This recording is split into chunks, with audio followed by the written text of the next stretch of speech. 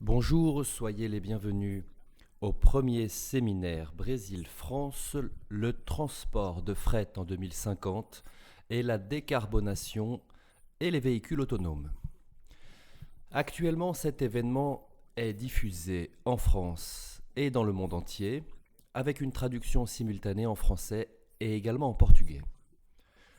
Le séminaire est organisé par le système Santa Cecília de communication, l'Institut Mines Télécom, TACV Lab et reçoit le soutien des sponsors Ecovias, VLI, CMA, CGM.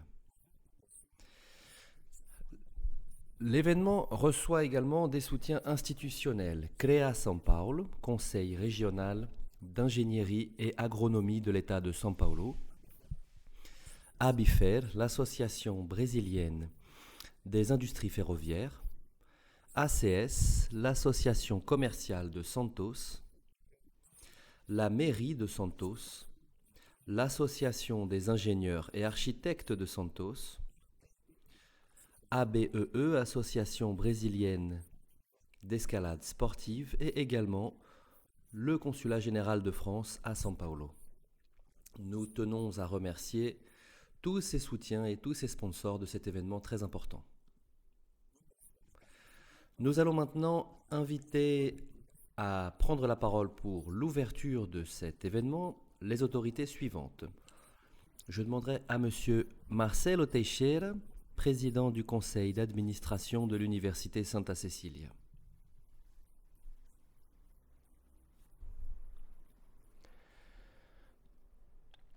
J'invite Madame la recteure de l'Université Santa Cecília, Dr Silvia Teixeira Penteado.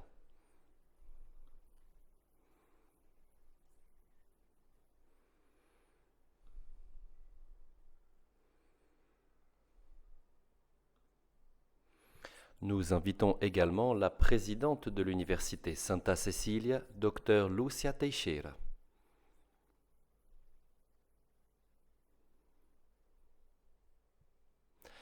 Nous demandons maintenant la présence de Monsieur Marcelo Teixeira Filho, directeur du système Santa Cecília de communication.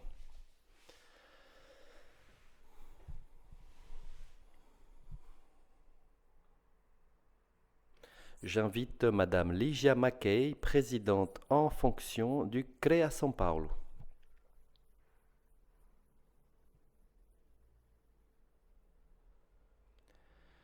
Je demande maintenant la présence du Dr Luiz Ricardo Santoro, secrétaire exécutif du secrétariat d'infrastructure et environnement de l'État de São Paulo.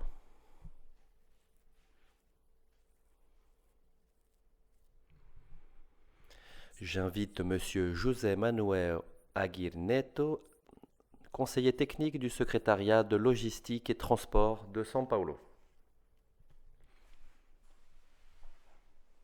Je demande la présence du capitaine Flaviano de Oliveira Carvalho, chef du département d'enseignement de la capitainerie des ports de São Paulo.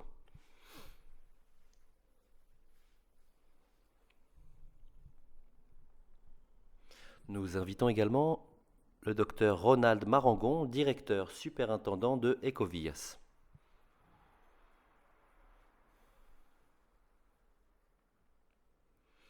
S'il vous plaît, Monsieur Denilson Fernandes, gérant général de VLI.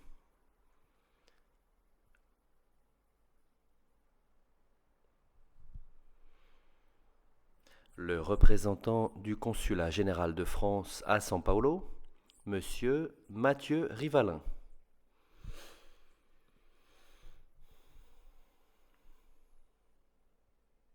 J'invite également le président de l'Institut d'ingénierie, Dr Paulo Ferreira.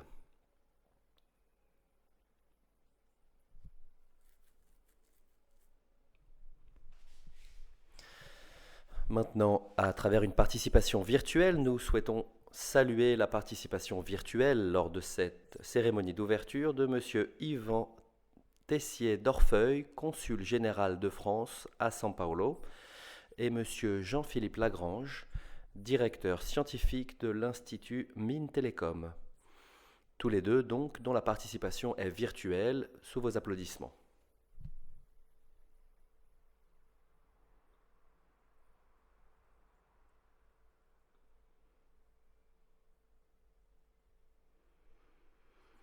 Je voudrais simplement formuler une correction maintenant. L'Association brésilienne d'ingénierie électrique ABEE.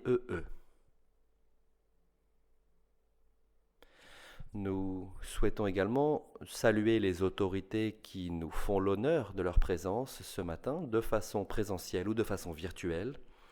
Je remercie donc M. Adilson Luis Gonçalves, représentant ici la mairie de Santos. Nos remerciements également vont à M. Mauro San Marco, président de l'association commerciale de Santos.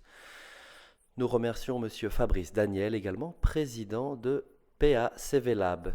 Nous remercions également l'ingénieur Antonio Di Sales Penteado, Pasquale Figueiredo, directeur de la faculté d'ingénierie, architecture et urbanisme de l'Unisanta, qui représente également tous les autres directeurs du premier cycle universitaire. Je remercie également Rafael Pedrosa, directeur du deuxième cycle de l'université Santa Cecilia. Je remercie également l'ingénieur Federico Moura du syndicat des ingénieurs de l'État de São Paulo. Et de façon virtuelle, je remercie M. Mario Povia, directeur de la compagnie Docas de Rio de Janeiro, et M. Eduardo Neri, directeur de ANTAC.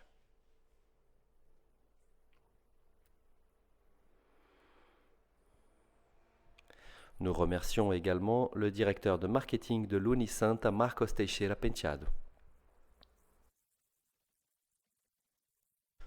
Nous demandons maintenant au docteur Marcelo Teixeira de monter sur scène, président du conseil d'administration de l'université Santa Cecilia.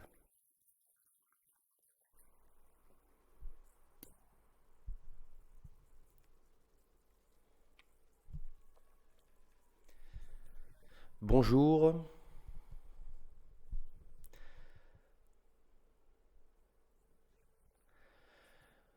Nous n'avons pas tant de facilité à nous exprimer en français. De la même façon, nous pensons que la langue portugaise est une langue très compliquée. Nous avons l'honneur de recevoir ce matin tant d'autorités présentes à nos côtés, de façon présentielle ou virtuelle, qui contribuent à donner du poids à un séminaire international si important que celui d'aujourd'hui, qui commence aujourd'hui et dans le cadre duquel nous discuterons et désignerons des chemins et des solutions pour des thèmes et des sujets fondamentaux pour le développement du pays et du monde. Pour nous, c'est une grande fierté que de pouvoir organiser ce séminaire, puisque lorsqu'au tout début nous avons discuté avec Fabrice, avec le professeur José Wagner également, ils ont insisté sur quelque chose qui pour nous a été extrêmement important, à savoir qu'ils souhaitaient voir toutes les idées discutées, non seulement par les autorités, mais également par l'université. Et l'engagement de professeurs dans des recherches et dans le même temps soutenu par un système de communication indépendant, transparent, et qui réalise également un travail extrêmement sérieux en quête de bonnes informations, unit tous les intérêts réels de plusieurs segments de notre société. Donc ce matin, lorsque nous sommes soutenus par des entités, des entreprises qui ont décidé d'être aux côtés du gouvernement brésilien, du gouvernement de l'État de São Paulo et en même temps du gouvernement municipal et de l'université Santa Cecilia, cela a beaucoup de sens pour nous. Et cela donne une véritable crédibilité, principalement en fonction des entités qui sont en train de nous prêter leur nom pour l'organisation de ce séminaire international. Sans ces soutiens, nous n'aurions pas pu rendre possible l'organisation de cet événement si important, en tout cas pas dans les dimensions avec lesquelles nous l'organisons. Je dis ça non seulement au nom des personnes qui sont là présentiel, mais également toutes celles qui nous suivent de façon virtuelle. Beaucoup de personnes nous suivent aujourd'hui dans la région de la Baixada Santista, au Brésil et dans le monde. Nous allons discuter également les questions donc de transport, durabilité, préservation de l'environnement et toutes les études qui aujourd'hui sont exécutées, réalisées dans divers cours, diverses formations de l'université, qu'il s'agisse du premier cycle, du deuxième cycle, en master de recherche, en doctorat. Nous pourrons donc développer et élargir plus encore ces recherches à travers la participation d'intervenants qui vont également donc nous présenter, nous proposer des interventions pendant les 2 prochaines journées. Nous sommes convaincus que l'Unisanta est le système de communication soutenu par le gouvernement de l'État de São Paulo, le gouvernement brésilien et par le gouvernement français, pourront avancer de façon significative en quête de ce que l'on entend réaliser autour des sujets dont nous allons discuter pendant les prochaines années. Beaucoup de nouveautés, beaucoup de développements se produiront au Brésil, en France et dans le monde. Nous remercions une fois de plus, de façon très spéciale, tous nos soutiens, mais également le gouvernement français, représenté par le consulat de São Paulo, ainsi que le gouvernement de l'État de São Paulo, tous deux, ainsi que le gouverneur João Doria, ont été extrêmement réactifs à nos sollicitations afin de rendre disponible toute l'infrastructure nécessaire du côté du gouvernement de l'État de São Paulo comme du gouvernement français. Donc nous remercions particulièrement les secrétaires ici présents, le consul également qui participe de façon virtuelle et le représentant du consulat qui est à nos côtés.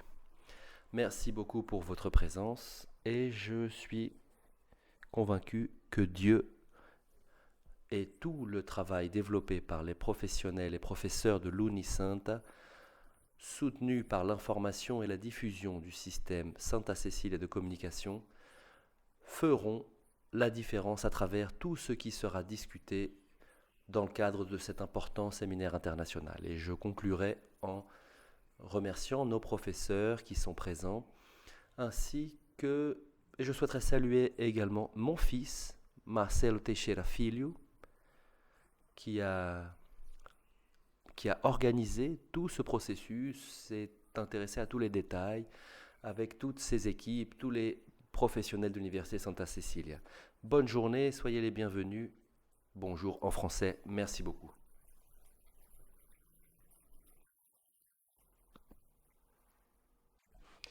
Merci, docteur Marcelo. Nous invitons maintenant à se joindre à nos côtés pour ces mots d'ouverture, docteur Silvia Teixeira Penteado, recteur de l'Université Santa Cecília.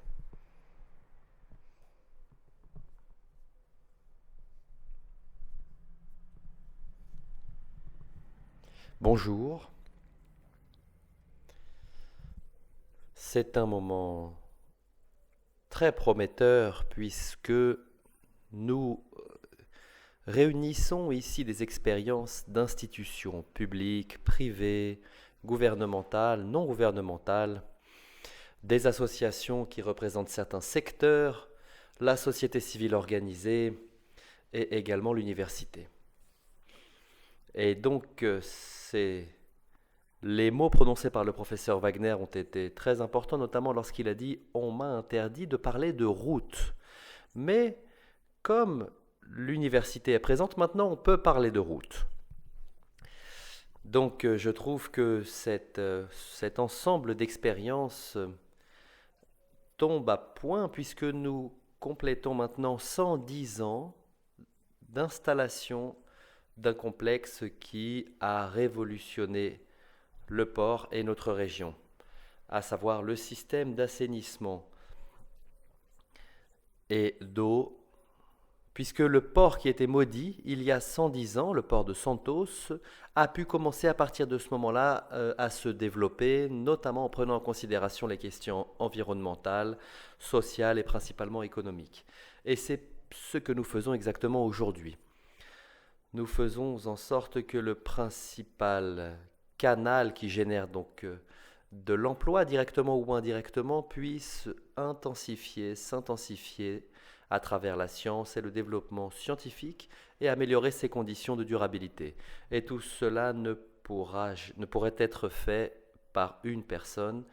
Ce n'est possible qu'à condition que nous soyons en train de travailler de façon bilatérale, comme c'est le cas actuellement. Et je voudrais vous rappeler également que il y a quelques années, nous étions en France, au Havre, avec l'association Ville-Port, et nous parlions justement de la façon dont pourrait fonctionner le développement de nos laboratoires qui aujourd'hui sont des références en matière de certification et de crédibilité, notamment en fonction donc du rayonnement national de notre activité au Brésil. Donc je tiens maintenant à saluer toutes les institutions, les autorités qui de façon présentielle ou à distance se donnent la main pour que cet événement puisse avoir lieu.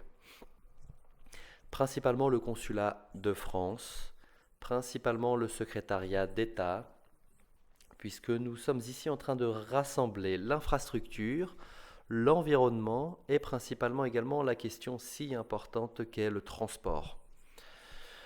Et donc, que si nous arrivons à travers la recherche, à travers toute la politique publique donc, qui soutient tout cela, la bonne volonté des gouvernements municipaux, d'État et fédéraux, nous pouvons donc, grâce à tout cela, penser la durabilité de nos actions. Et je remercie également Ecovias, je remercie le CREA, sur lequel nous pouvons compter actuellement, donc, et également la capitainerie des ports, qui a toujours maintenu ses portes ouvertes. Je salue également nos professeurs, nos directeurs, nos instituts de recherche. Le moment actuel est un moment consistant à insister de célébrer 51 années de la faculté d'ingénierie. 51 années glorieuses qui ont permis d'installer la première discipline portuaire dans une institution d'enseignement supérieur, le professeur Vicente Banese, qui est aux cieux actuellement et qui a pris des initiatives extrêmement nombreuses. Donc, félicitations et comptez sur l'Unisynth. Merci beaucoup, la famille Teixeira, à la famille Teixeira, le système Santa Cecilia de communication qui existe depuis 25 ans. Je salue également à travers Marcelinho Teixeira et toute l'équipe qui s'est mise à disposition du progrès, de la science, de l'amélioration de la qualité de vie de Santos vers le monde. Merci beaucoup.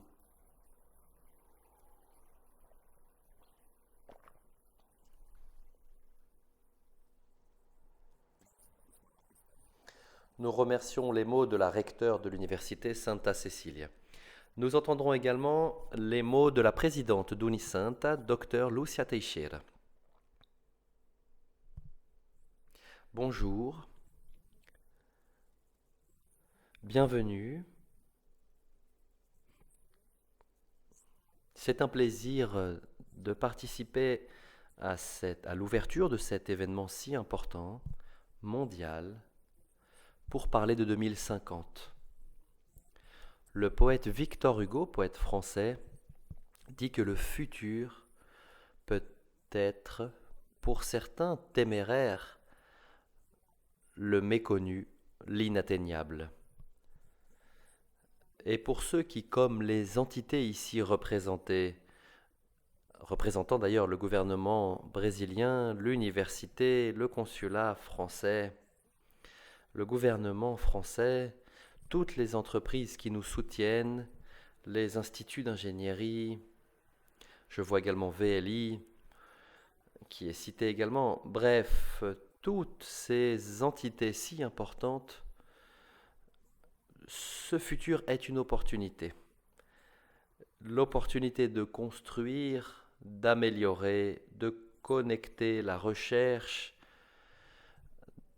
un meilleur avenir qui prenne en considération la durabilité, la garantie d'un travail de connexion, de transport, non seulement à travers l'intermodalité, non seulement impliquant l'innovation, mais un transport des esprits, des meilleures conditions de vie sur la planète.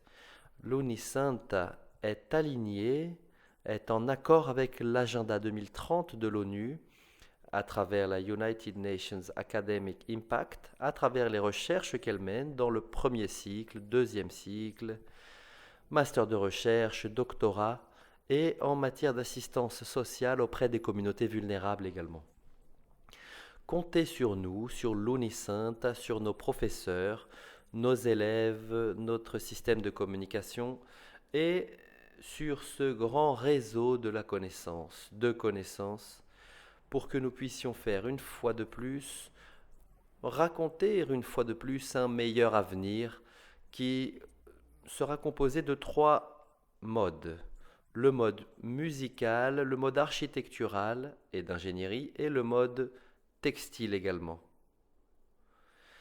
Tout cela pour composer une symphonie, projeter et tisser ensemble les nombreux mouvements de la narration, du récit et de la vie sur la planète. Merci beaucoup.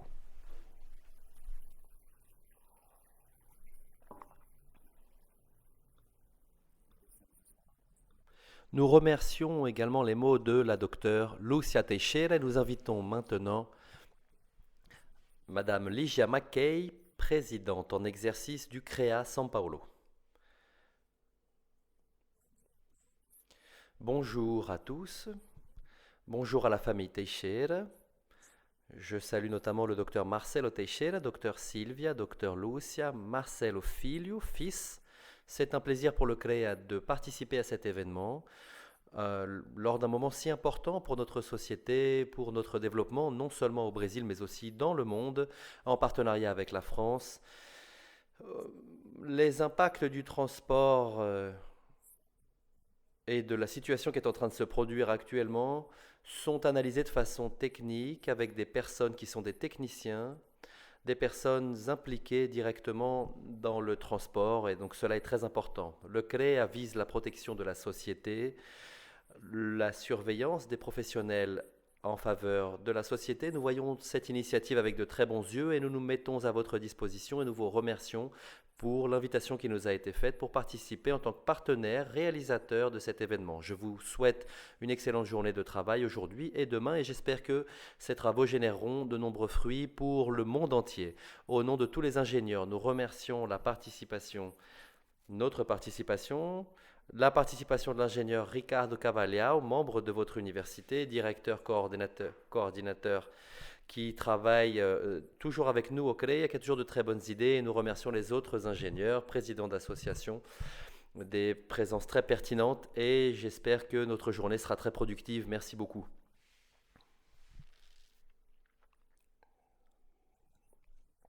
Merci, Madame Ligia. Nous voudrions maintenant inviter le docteur Luiz Ricardo Santoro, secrétaire exécutif du secrétariat d'infrastructure et environnement de l'État de São Paulo. S'il vous plaît. Bonjour à tous.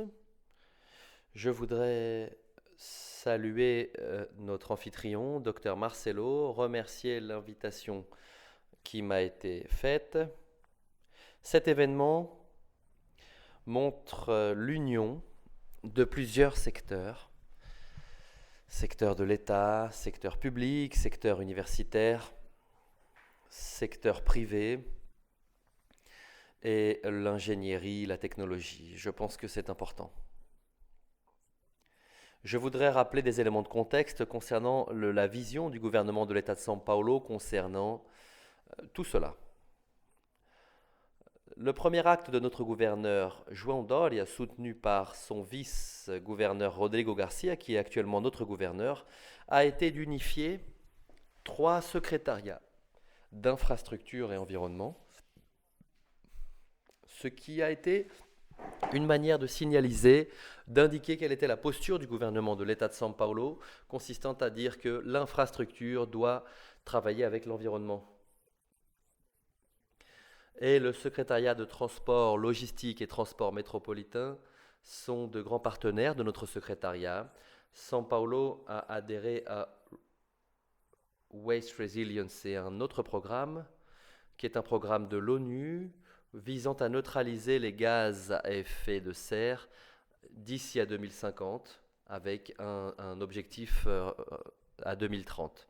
Actuellement, São Paulo est en train de réviser sa stratégie et une consultation publique a été ouverte afin de recevoir des contributions qui permettent d'alimenter notre plan d'action climatique jusqu'en 2050, avec un point important en 2030.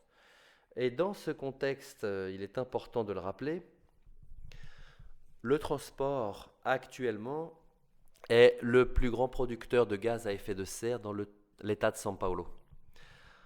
Je pense que ce moment ne peut pas être plus opportun pour discuter la viabilité et la position du transport sur rail, du transport ferroviaire. Dans le monde entier, c'est un transport qui, qui produit le moins de gaz à effet de serre dans le monde entier et au Brésil pour une question historique, pour des raisons historiques. Cette modalité n'a pas été développée comme dans les autres pays. Donc je pense que nous vivons un moment maintenant consistant à discuter donc la question de l'environnement et le système de transport, un système qui est hautement viable d'un point de vue économique, lorsque l'on parle notamment du plus grand port d'Amérique latine et des plus grands marchés qui se trouvent dans l'État de São Paulo, mais également l'importance de cela pour l'environnement. Donc je vous félicite tous pour cette initiative, l'initiative de cet événement. Et je souhaite que ces discussions soient très fructueuses et productives pour que l'on puisse parvenir aux meilleures solutions. Merci à tous, je vous souhaite un excellent événement.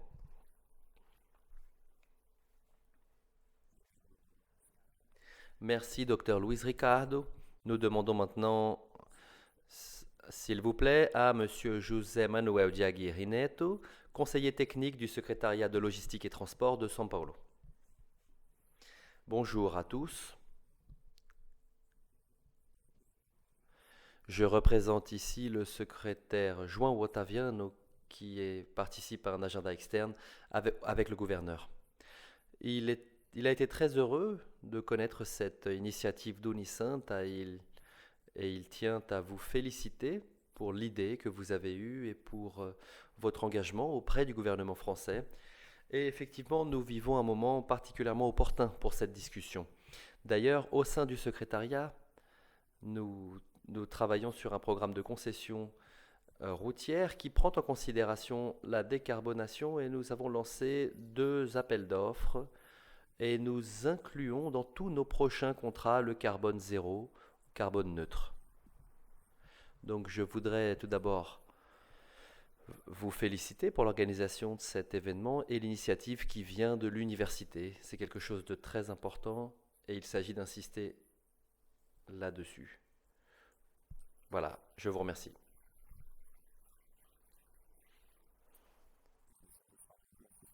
Nous vous remercions pour vos mots, Monsieur Aguirre Neto, et nous invitons maintenant le docteur Paulo Ferreira, président de l'Institut d'ingénierie. Je vous passe la parole. Bonjour à tous. Je tiens à m'associer à ce qui vient d'être dit avec brio au sujet donc de l'importance et du sens de ce séminaire. L'Institut d'ingénierie, depuis 105 ans d'activité, a essayé de se caractériser par la quête des meilleures technologies et de la meilleure qualité de vie de la population et de son insertion dans la société. Cet événement qui part de l'université a cet avantage d'être à la fois profondément environnemental, développementaliste et également très nécessaire, très important en principe, principalement pour la ville de São Paulo, pour le Brésil et pour Santos, le port de São Paulo.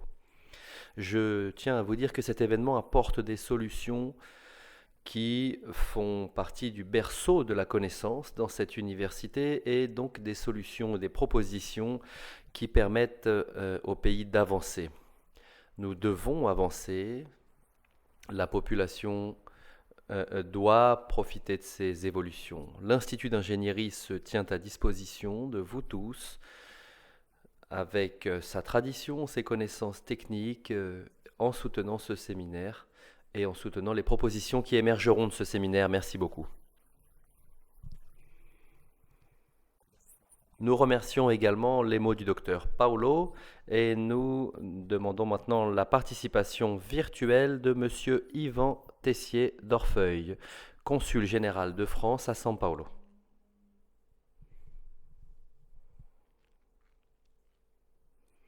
Bonjour à tous, c'est pour moi un grand plaisir de pouvoir participer à l'ouverture de ce premier séminaire bilatéral entre le Brésil et la France, consacré aux principales questions de transport de fret et particulièrement aux connexions entre São Paulo et le port de Santos.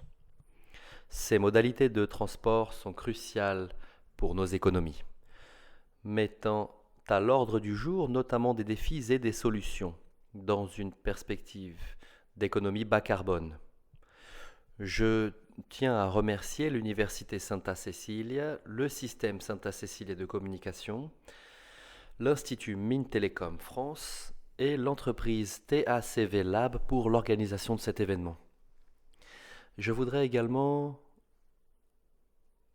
saluer chaleureusement le secrétariat de logistique et transport de l'État de São Paulo, le secrétariat d'infrastructure et environnement de l'État de São Paulo, le maire de Santos, le conseil régional d'ingénierie et agronomie de l'État de São Paulo, l'association brésilienne des industries ferroviaires, la chambre de commerce de Santos et l'association des ingénieurs et architectes de Santos, qui, de façon spontanée, ont apporté leur soutien à ce séminaire et contribuent directement au succès de cet événement à travers leur présence et leurs interventions. Pour continuer, je tiens à exprimer mes remerciements sincères à CMA-CGM, Ecovias et à VLI, sans lesquels cet événement n'aurait jamais pu être possible, et qui partageront avec nous leurs expériences, expectatives, attentes et visions du développement durable, des services de fret, des infrastructures et des services logistiques. La période actuelle est très particulière. Depuis plus de 2 ans maintenant, la pandémie de Covid-19 a perturbé la logistique et les chaînes de transport à tout niveau, global, national et local, donnant lieu à plusieurs évolutions de ces chaînes de valeur globales. Le conflit actuel en Ukraine est également une façon cruelle de nous rappeler notre dépendance énergétique par rapport aux matières premières. Il est donc important que le monde devienne de plus en plus engagé en faveur de la transition énergétique et environnementale et dans la lutte contre les changements climatiques. L'année 2022 a marqué la publication du 6e rapport de l'EPCC qui apporte des résultats particulièrement alarmants et qui devraient nous conduire à assumer, respecter les engagements pris lors de la COP26 à Glasgow. Face à l'urgence climatique, la transition climatique et le développement durable de nos activités socio-économiques apparaissent comme des thématiques essentielles tant pour la France que pour le Brésil. Et il est indiscutable que cela implique que le développement du fret à bas carbone, ferroviaire, routier, combiné, multimodal. Pour soutenir le développement du fret combiné et du transport multimodal, un plan nouveau a été adopté par le gouvernement français à la fin de l'année 2021, prévoyant 170 millions d'euros par an d'ici 2024. Je tiens à réitérer l'engagement de la France en faveur du développement durable dans la lutte contre le changement climatique et pour la réalisation des objectifs de l'accord de Paris.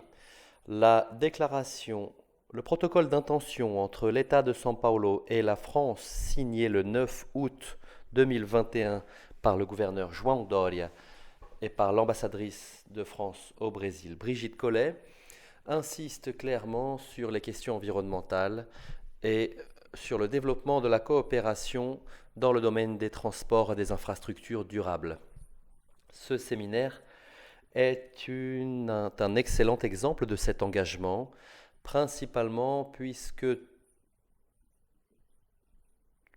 nous sommes tous au courant de l'importance de l'axe logistique São Paulo-Santos pour la région de Santos, l'État de São Paulo, pour le Brésil, mais aussi pour l'Amérique latine.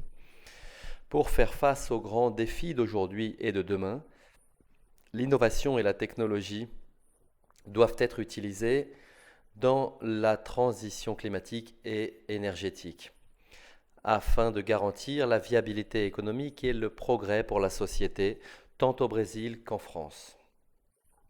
Dans ce contexte, il s'agit également de mobiliser tout le secteur de la recherche et innovation jusqu'aux opérateurs, en passant par les politiques publiques et par l'industrie. La richesse et diversité des intervenants et participants brésiliens et français de cet événement réunis durant ces 2 journées de travail me semble être plus que propice pour pouvoir mener une réflexion productive et pour l'identification de solutions pour l'avenir. Une fois de plus, je tiens à vous remercier tous pour la réalisation de ce bel événement sur un sujet si crucial qu'est le développement économique durable. Je vous souhaite un excellent séminaire et qu'il s'agisse là simplement d'un point de départ pour de nombreux autres projets d'échanges productifs pour tous.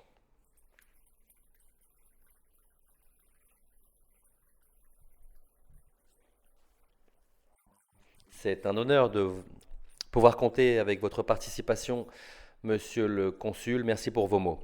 Également de façon virtuelle, à nos côtés, nous avons en direct donc Monsieur Jean-Philippe Lagrange, directeur scientifique de l'Institut Mines Télécom. S'il vous plaît.